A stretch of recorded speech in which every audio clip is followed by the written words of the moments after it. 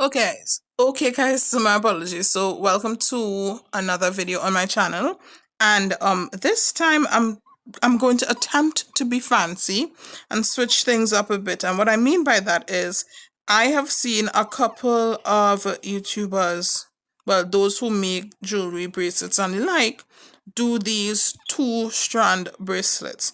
I've also seen a couple of people on my different social media channels do these two strands bracelets, and I'm looking at this fact that if I remember correctly, I think these are the 4 mm beads, natural stone beads. And so I was thinking, you know what, maybe this is the perfect size for me to do a nice little two-strand bracelet. So it is the first time that I'm doing something like that. So both pray for me and hold on to your seats. So what I went and I did, because I didn't remember to do this in my last video, was prep my wire beforehand. And when I say prep, I mean measure the length that I want, crimp bead and knot cover on the ends. And so I've done that 2 times because it's going to be a 2-stranded bracelet. And when the time comes to join everybody together, the idea is to use one of the jump rings to combine it, and then use another jump ring to attach the lobster clasp, and then basically do the same thing on the other end, jump ring to combine, and then an additional jump ring to make sure that everything is nice and comfortable feeling. So we will see how that goes. So what I also did, so it's basically the same beads, and you guys know I like my symmetrical-esque patterns. I switched the pattern up, so one of the 2 strands has this particular sequence, and the other of the 2 strands has that particular sequence. And I think that combination is going to look really cute when the entire thing is done. So these beads are a little smaller. So again, your prayers and felicitations are appreciated. Okay, so I'm already seeing. Okay, so let's go ahead. So this week, the testing window, let me make sure. Yep, nice and there. That's what I like. Right, so this week, the testing window for diagnostic testing opens at my particular school. Now, I'm not sure if it's going to be exactly the same case for all the schools in the district. I would believe so. I would imagine so. But I know for sure it's opening at my school. So it's an opportunity, as I tell students all the time. The diagnostics are not so much about being punitive, about saying, oh, you at this level, at that level. It's an opportunity for you to show what you know, or as we say in the Caribbean, show off on what you know. And it's also an opportunity for us to catch or capture opening round data, as I like to call it. And what that means is we need to see, after the end of the last school year, after having what we would hope would be a wonderful summer, we need to see where a student is in terms of their ability to read and comprehend text and content specific to their grade band, their age range. We need to see where students are, because when we are able to capture that data and basically see where students are, it allows us to customize the instruction and the supports that we are able to provide to them. Now, some of our babies need a little more help than others, but as I always say, everybody doesn't read, understand, comprehend, just work at this exact same pace. Part of what makes us so fantastic is the fact that we all do things in a unique way, unique to who we are, and learning in a structured or formal setting is no different. Students are able to, based on their scores in these diagnostic activities, students are able to showcase what they know. And if by some chance there's some skill that they are, I don't like to say deficient, I don't like to say lacking either, but if there are some areas in which their skills in certain areas need to be supported additionally, then the data that we collect via the testing allows us to do that too, right? And it's really helpful for me. Actually, it's one of the very first things that, hold on, let me see something. Yeah, it's definitely one of, hold on. This could have probably done with like one more, you know. Hold on. Yeah, it definitely allows me to see where students are, and I usually start pink. Let me do black. Okay. Lucky for me, I have the bead container right next here, because again, because of the size of these beads, I wasn't 100% sure how many I would need in order to make this bracelet, this 2-strand bracelet, feel, I don't know, complete. Yeah, and I'm much more satisfied with that. There you go. So first thing I'm going to do, or the next thing rather I'm going to do, is put my crimping bead on the end here.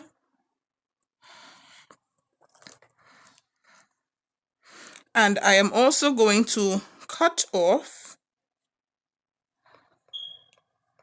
some of the extras, some of the extra wire at the end, because while we want the wire to work, what we don't want is too much wire, or to crimp the bead and everything and have so much wire that the, hold on, yeah, that we are seeing more wire than anything. And I used the wrong pliers, but that's fine. I'll get it to work. Yeah, hold on.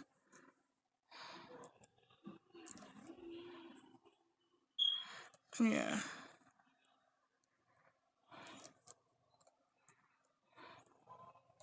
you know what, let me do that again.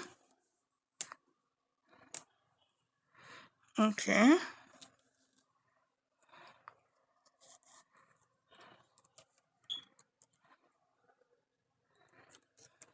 Okay.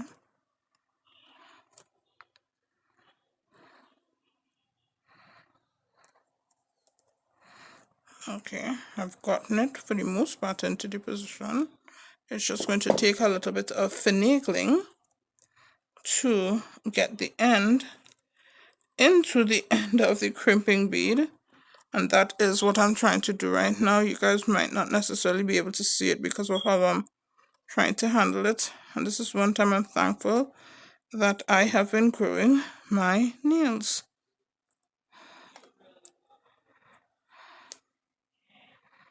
Yeah, I think that's gonna be it.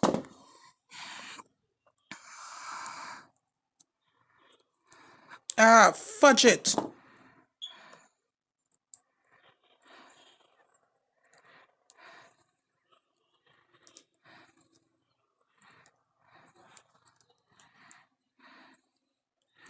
Okay guys, give me a second. Okay, and what I'm going to do is I'm going to use this to kind of flatten.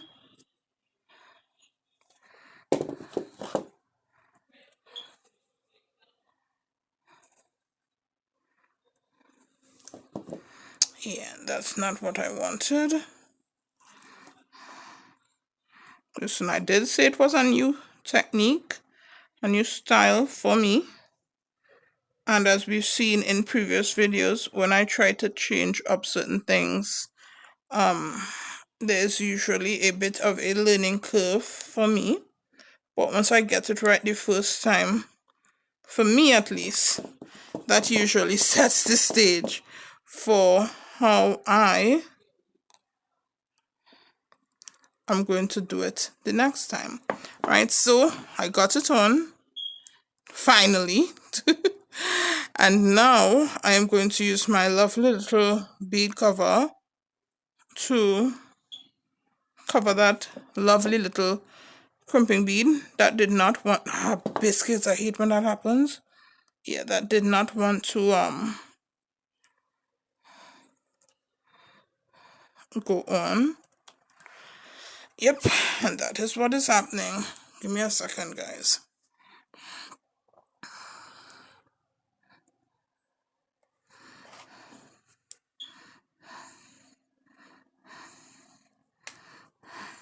Again, with the fat fingers, this is not stuff that we do not know with me.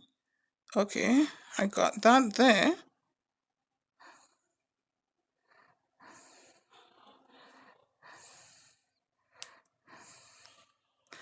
And there we go. It snapped off.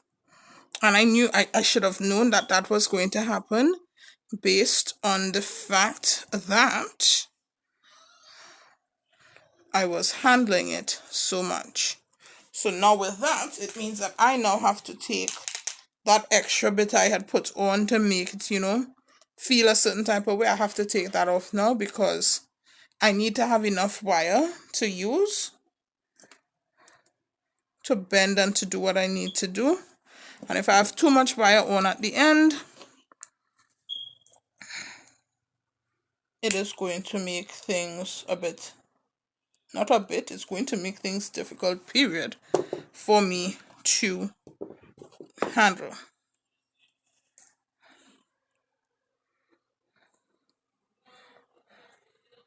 And as I might have said in a previous video, I think I did, I want to believe that some of this challenging behaviors or this challenging experience that I'm having with this wire and with these beads is owing to the fact of the type of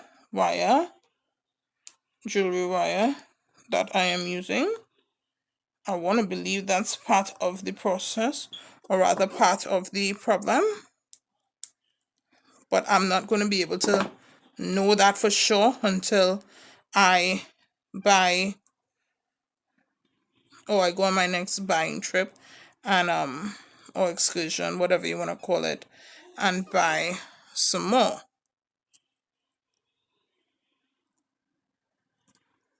Okay, so I will not know for sure, but I want to believe some of it is my fat hands. I'm gonna be real with you because I know the hands I have, and some of it is the wire itself. Okay, so we have the first strand done, right? So it's wire. It's going to do the whole bendy thing, and now we are going to thread, and I'm going to start from this end because I don't want to start with the pink at the end.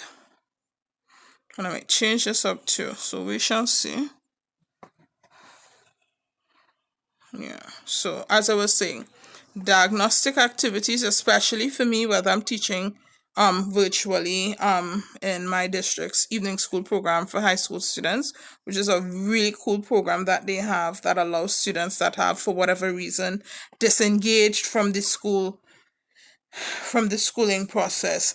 It allows those students a pathway towards earning the credits that they need in order to graduate high school, right?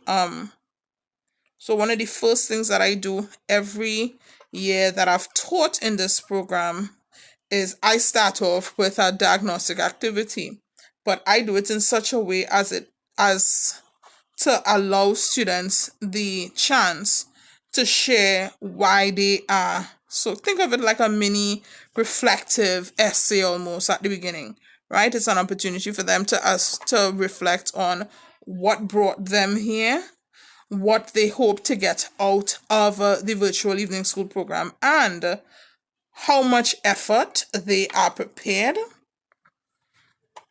to give in order to achieve whatever the goal is that they have set for themselves, right? So this type of activity, I don't usually give them too much direction. Again, I want to see where they are at to gauge how much of an effort I need to extend, or how much, not effort, but definitely how much support I need to give them, or I need to provide for them, right?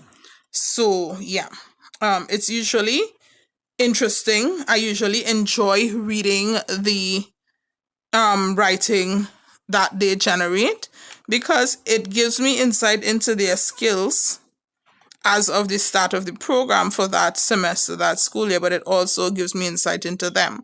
And that helps in the relationship building process, which is really key to an educator. And it's a good laugh. Like some of the things they say and even how they express themselves is really, for me, it's really funny.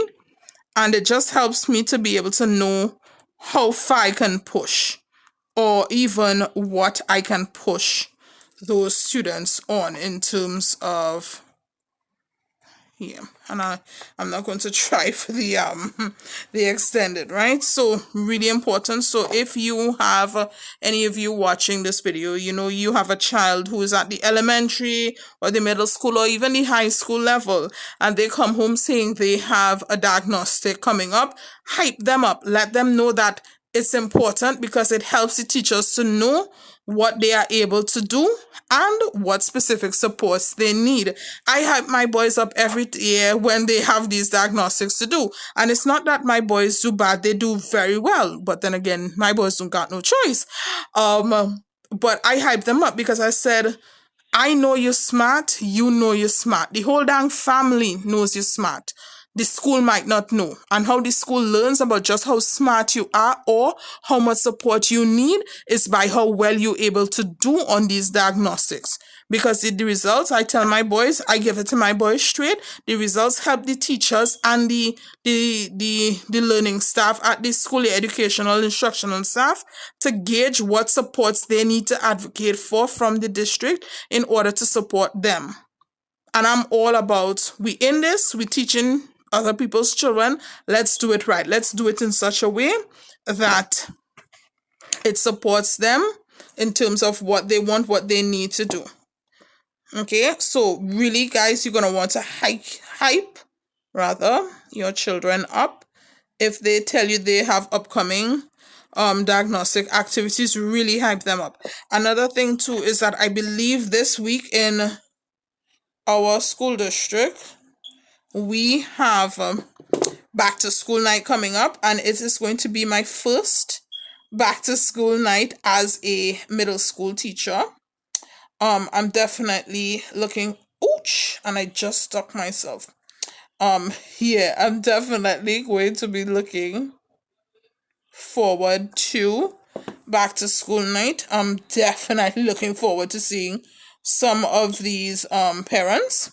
As I might have shared previously, I have a particular class that is giving me the business, and it's a class that I have high expectations of and from, and so I'm definitely looking forward to seeing and meeting those parents and really gauging, you know, what kind of support I can get in terms of pushing their scholars to where I believe they can. And let's not get it twisted. I think that all children are capable. I think that all children can do the damn thing. But I do think that all children need to be supported in such a way as makes sense for how they learn and the speed at which they process information. That is what I believe. And sometimes that means additional time on assignments. Sometimes that might mean additional, hold on. Yeah, sometimes that might mean additional opportunities to practice particular skills. Again, it means different things to different children, and so one, the diagnostic helps, but sometimes just talking to the parents to see where the child is at, and just getting a better sense of who that child is really does help me as an educator and helps my colleagues to really be able to customize the level of support that we're able to provide for students. So let me get down off of my soapbox. Let me get my pliers and hold on. Yeah, let me put you to the side. Yep, I like this. So first things first. The first thing we're going to do is we are joining you see what I'm talking about? Y'all see. Fat fingers, people, fat dang fingers. Hold on. Right, so one end or one side of the two strands.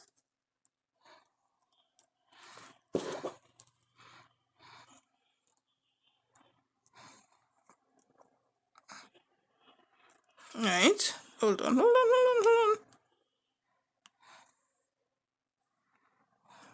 What I'm trying to make sure is that the two ends of the jump ring comes together completely. And as soon as I did that and I let it go, the damn thing moved. But then again, what do you expect? There you go. There you go. Right, so I'm satisfied with that one, and now basically repeating the same step, right? So we first things first, we make sure we have a strong grasp of the jump ring, and we are threading it through the 2 strands. Yep. Yeah, and we are threading it through eek the 2 strands of the bracelet. There you go. Okay, and you close a lot simple. Before I let this move and then have to find the ends of the jump ring, I got it together. So now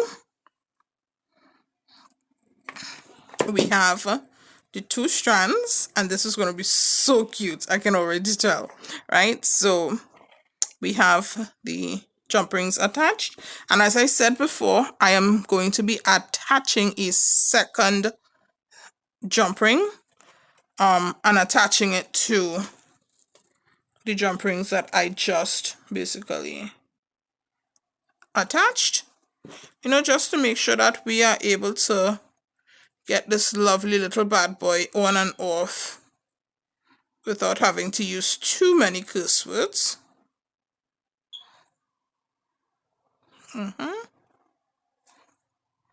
Right, so we have the second jump ring on there, and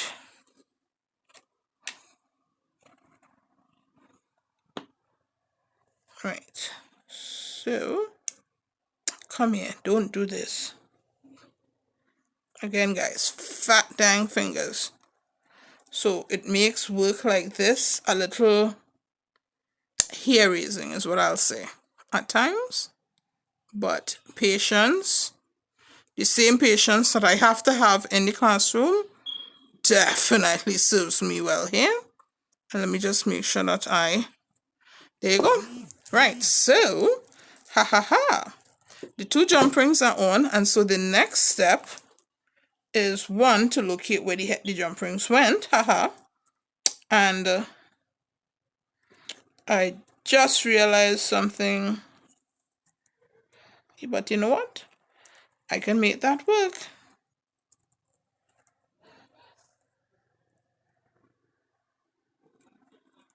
Okay, so I just realized that before I close the last jump ring, I should have attached my lobster clasp, which is fine. An extra jump ring on this isn't going to hurt, at least not in my book it won't. And so put on that last jump ring, hook. Ooh, okay, I'm already over the 20-minute mark. Let me go ahead and close this, and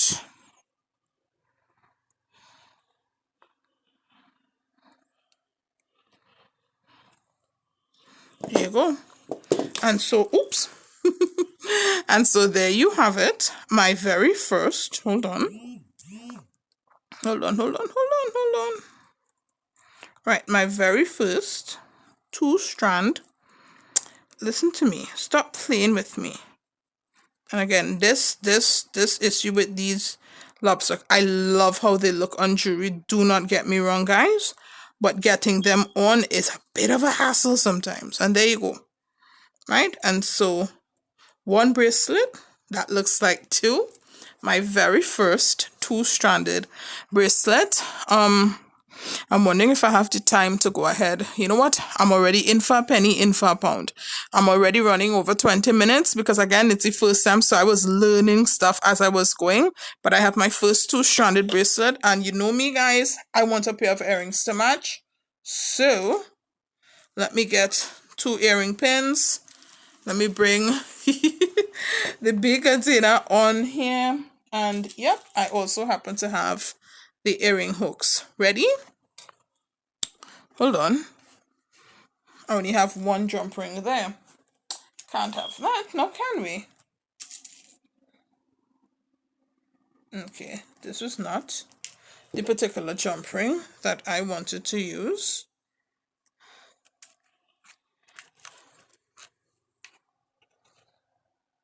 It's the same size. This will work.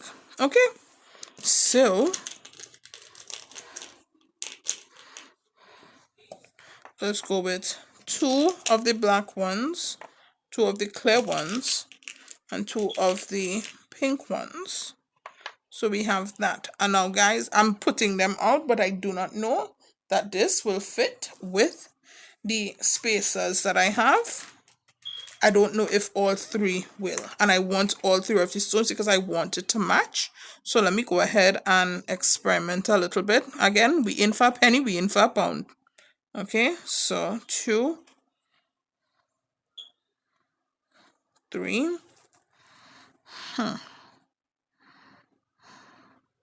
You know what? I can still get it in. And this is how I'm going to get it in, guys. So even though I really like when my earrings mimic the pattern, I think, and again, I'm not a fashion designer, it's easier for me to deal with this kind of stuff when it relates to food. I think if I put it, what do you guys think? If I put it on the end here, I think it could work. What do you guys think? And I really need to get some, I don't know. Because what I'm thinking, guys, is that when I bend this, I'm not going to have the room. If it is, I leave those on. Yep, and I was right.